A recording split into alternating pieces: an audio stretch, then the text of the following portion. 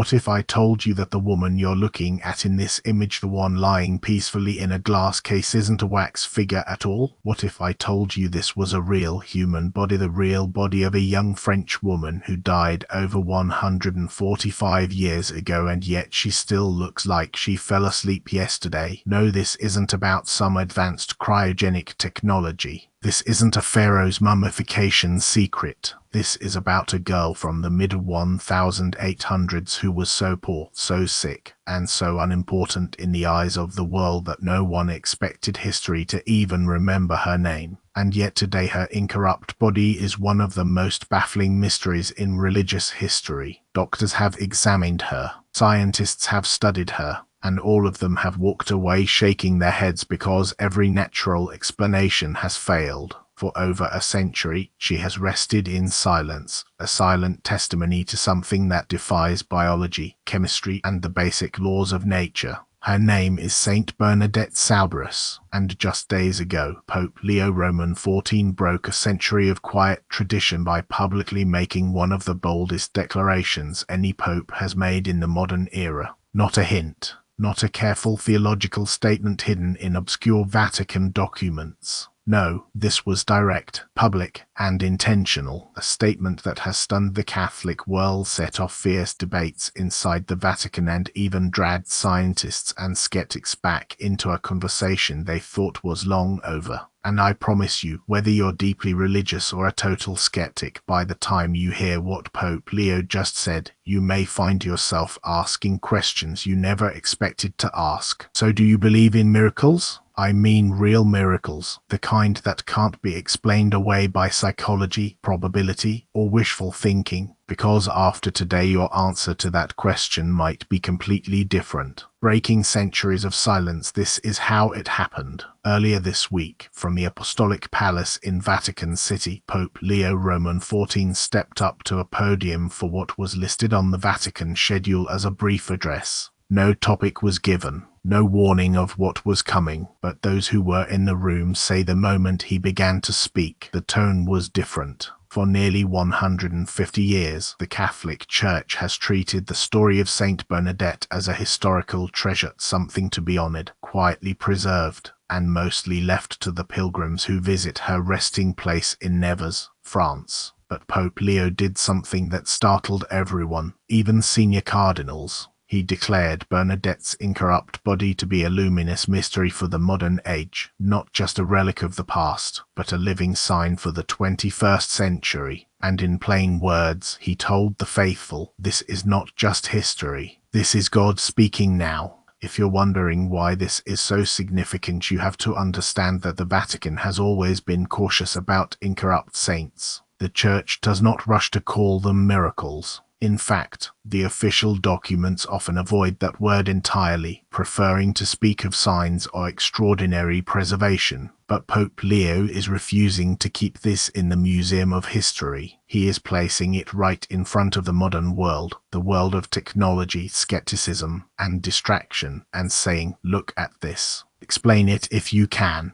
Who was Bernadette? To really understand why this is shaking so many people, you need to know who Bernadette was. Let's go back to 1858, to the small, poor town of Lourdes in the French Pyrenees. Bernadette was 14 years old. She lived with her parents and siblings in a single, damp room so filthy and cramped that it had once been used as a jail cell before being condemned as unfit for human life. Her family was destitute. She was chronically ill, severe asthma made it hard for her to breathe, and she had survived a cholera outbreak that left her frail. She could barely read. She had no wealth, no influence, and no education. By every standard our society uses to measure worth, she was invisible. And then on February 11, 1858, everything changed. Bernadette was out gathering firewood with her sister and a friend when they passed near a cave, the Massabielle Grotto. That's when she saw the light, and in that light a woman. The lady was dressed in white with a blue sash, holding a rosary with yellow roses on her feet. Her beauty was beyond anything Bernadette had ever seen. This was not a one-time vision. Over the course of several months, Bernadette would see this lady 18 times. The pressure begins, but the visions brought more than awe. They brought ridicule, suspicion, and hostility. Her parents were embarrassed.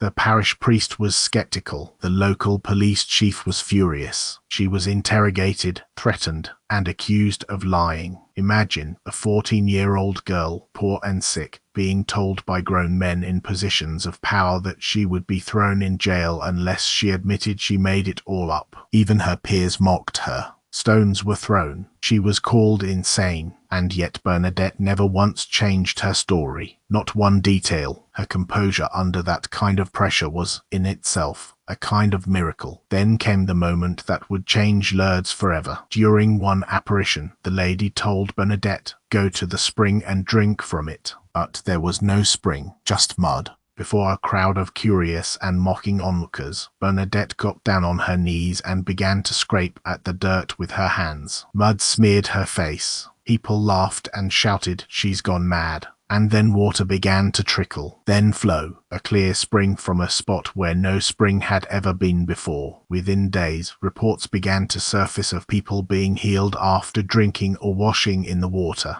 A blind man recovered his sight. A paralyzed workman regained the use of his arm. A woman dying of tuberculosis recovered fully after drinking the water. The healings were so incredible that the church launched a 4-year medical investigation into each claim. The fire that didn't burn, but perhaps the most startling event happened to Bernadette herself. During one apparition, she held a large candle in her hand and the flame moved beneath her fingers, engulfing her skin. It stayed there for 15 minutes. The doctor, a skeptic, timed it himself. When Bernadette came out of her trance, her skin was unmarked. To test it, the doctor touched the flame briefly to her other hand, and she screamed in pain like any normal person. A quiet life and a painful death eventually. Bernadette entered the convent of the Sisters of Charity in Nevers, France. She lived quietly, praying and working, all while suffering from worsening illness. At just 35 years old, she died of tuberculosis of the bone, a painful, wasting disease. And normally, that would have been the end of the story, but it was only the beginning. The first exhumation, 1909, 30 years after her death. As part of the canonization process, the church ordered her body exhumed.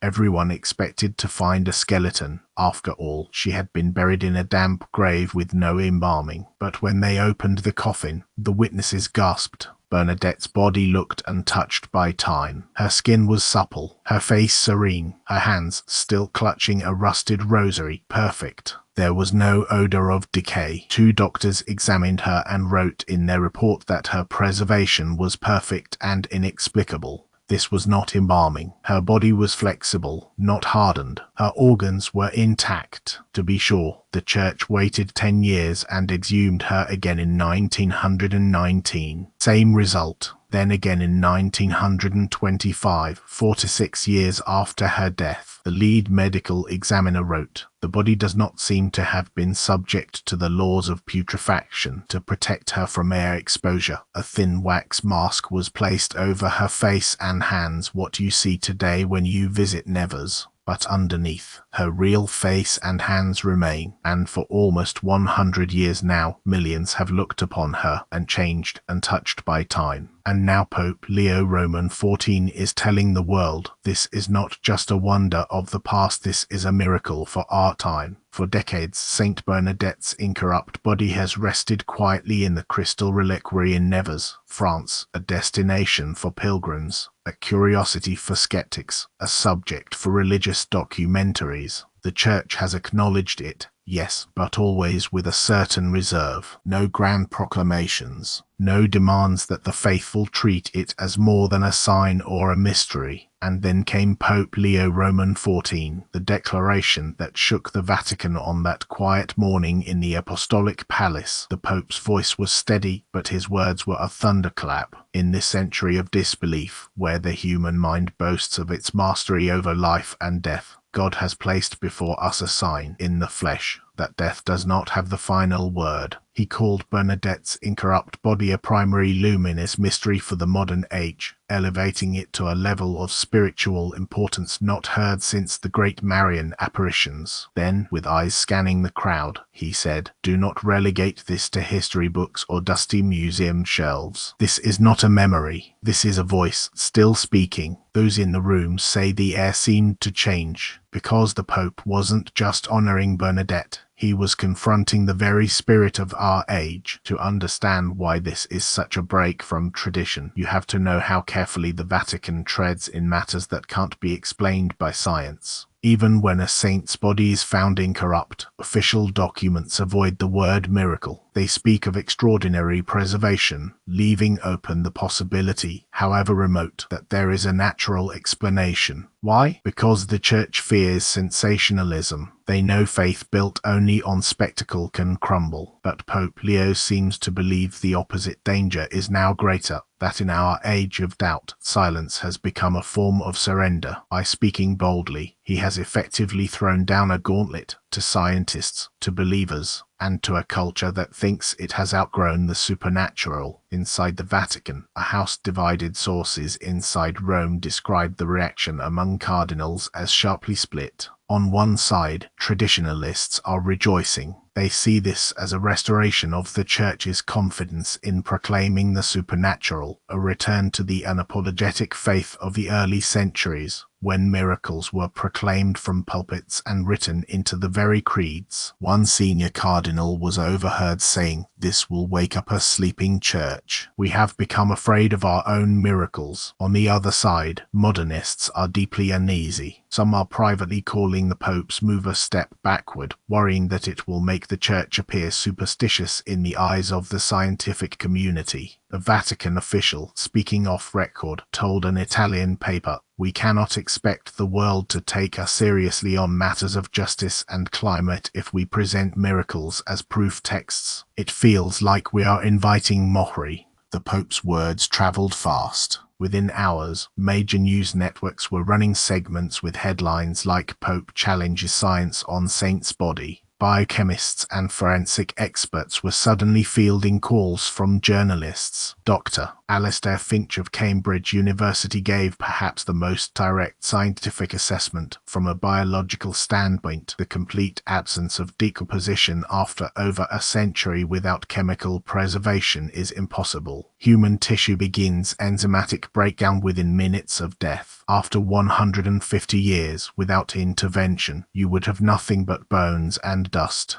There is no known natural process that can account for this. Notice what he didn't say. He didn't call it a miracle, but he did call it impossible. And in that gap between what science cannot explain and what faith dares to proclaim is exactly where Pope Leo wants the conversation to happen. The pilgrims respond while academics debated in television studios. Something else was happening in the pews and on social media. Catholics around the world began posting their own stories of visiting Bernadette. A woman in Argentina wrote, "I went to Nevers in 2019. I thought I would be impressed by the history, but when I saw her, I felt like she was breathing. It was like she was praying for me. I can't explain it." A young man from the Philippines posted a photo of himself kneeling in front of her reliquary with the caption, "I came as a skeptic. I left as a believer." The #Bernadette challenge began trending in some Catholic circles, encouraging people to read her story and post whether they thought it could be explained without God. Through all this, the Pope has anchored his message in Bernadette's own humility. She once said, "The Blessed Virgin chose me only because I was the most ignorant.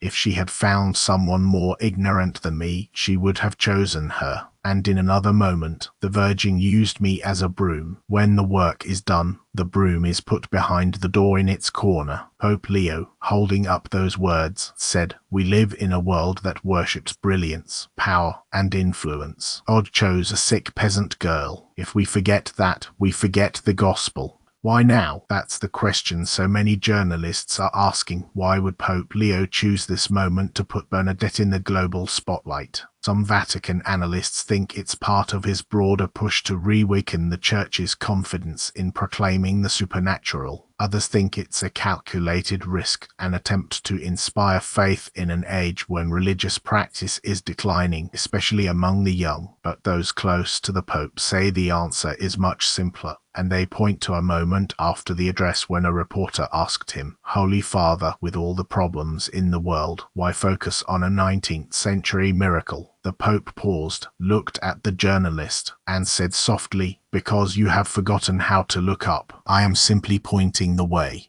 The uncomfortable mirror what Pope Leo may have realized, and what makes this so challenging for our culture, is that Bernadette's incorrupt body is more than just a mystery to solve. It's a mirror. It reflects back to us the uncomfortable truth that not everything in life can be controlled, measured, or explained. And for a culture addicted to control, that's terrifying. The core challenge, think about it, if even one miracle is true, if one event has occurred that cannot be explained by natural processes, then the purely materialist view of the universe collapses. And that's why this story matters far beyond the Catholic Church. It's not just about whether you believe Bernadette's body is a miracle. It's about whether you believe anything exists beyond the reach of science and reason. Because if the answer is yes, even once, then the door is open to a whole different kind of reality. From the grotto to the globe in Lourdes, the spring still flows. In Nevers, Bernadette still lies in perfect peace. And now, thanks to Pope Leo, her story has left the quiet corners of pilgrimage sites and entered the global conversation. Whether people are mocking, debating, or kneeling in prayer, they are talking about her. And maybe that's exactly what the Pope wanted. By now, you know the facts.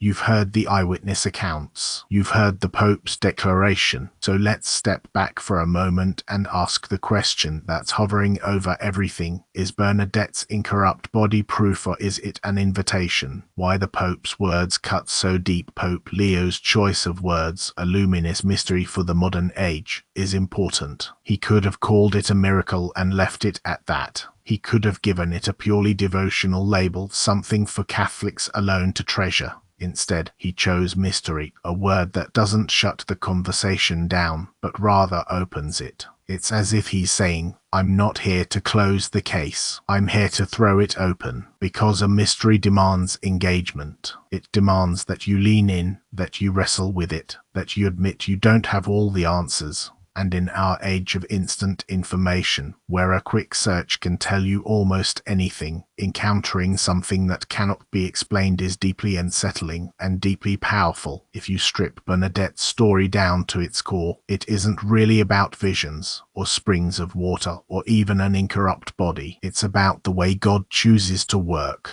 The world looks for leaders in high places, powerful, charismatic, educated. God found a poor, sick, uneducated teenager in a condemned jail cell. And maybe that's the real miracle, that he still does the same thing today. Pope Leo said it plainly during his address. When the Church forgets that God's power is made perfect in weakness, we lose our soul. In Bernadette's poverty, her sickness, her social invisibility, the Pope sees a message for our generation, one obsessed with status, image, and self-promotion. The broom behind the door, Bernadette's own humility, is part of what makes her incorrupt body such a powerful sign. She never saw herself as special. She once said, "The Virgin used me as a broom." When the work is done, the broom is put behind the door in its corner. That image, a broom behind a door, is so ordinary, so unromantic, that it's almost jarring in the context of her story. And yet maybe that's the point. God hides his greatest works in ordinary people and ordinary moments. The danger of forgetting to look up. When Pope Leo told that journalist, "You have forgotten how to look up," it wasn't a rebuke to one person, it was a diagnosis of our whole culture. We have trained ourselves to look down at our screens, at our problems, at our own abilities. We measure worth in clicks, likes, and dollars. But looking up towards something greater, something beyond us, has become rare. And that's why Bernadette's body, lying quietly in Nevers, is more than a curiosity. It's a summons. It forces you to look up, even if just for a moment, and ask, what if there is more? The impossible as a doorway for some. The incorrupt body is an open and shut miracle, proof of God's hand. For others, it's simply an unsolved puzzle, proof that science doesn't yet know everything. But for Pope Leo, it's neither a closed case nor an unsolvable riddle. It's a doorway into deeper questions about life, death, and what it means to be human. Think about it. If death is not the final word for Bernadette, could it also not be the final word for you? If God could take a life that the world dismissed as worthless and make it a sign for centuries, what could he do with your life, no matter how small, broken, or hidden it feels? Right now, the world is watching this story unfold through two very different lenses. In one frame, you have the debates, the headlines, the TV interviews with scientists and theologians. In the other frame, you have quiet moments, pilgrims kneeling in prayer, lighting candles, whispering intentions to a saint who once walked in their shoes. It's tempting to think that only one frame is real, but perhaps both are. Because in the end, the point isn't to force everyone into agreement, it's to make sure the question is being asked. The Pope's gamble, make no mistake, Pope Leo is taking a risk by putting Bernadette's incorrupt body in the spotlight. He's inviting ridicule from those who see faith as superstition. He's also risking disappointment among the faithful if public debate shifts the focus away from the deeper spiritual meaning. But maybe that's the kind of risk the Church is meant to take. In the early days of Christianity, the apostles didn't hide miracles. They proclaimed them in marketplaces, knowing full well they would be mocked or worse. Pope Leo's move feels like a return to that fearless proclamation. What this means for you, so here's the part where this stops being a story about a pope and a saint and becomes a story about you. Ask yourself, have I grown numb to wonder? Do I only believe what I can measure and control? Have I dismissed the possibility that God might act directly in my world? Because whether you accept Bernadette's incorrupt body as a miracle or not, it's still a question you have to face. Is this all there is? Or is there more than you can see, more than you can explain, more than you can imagine? A promise written in flesh. Pope Leo called Bernadette's body a promise written in flesh and bone. A promise that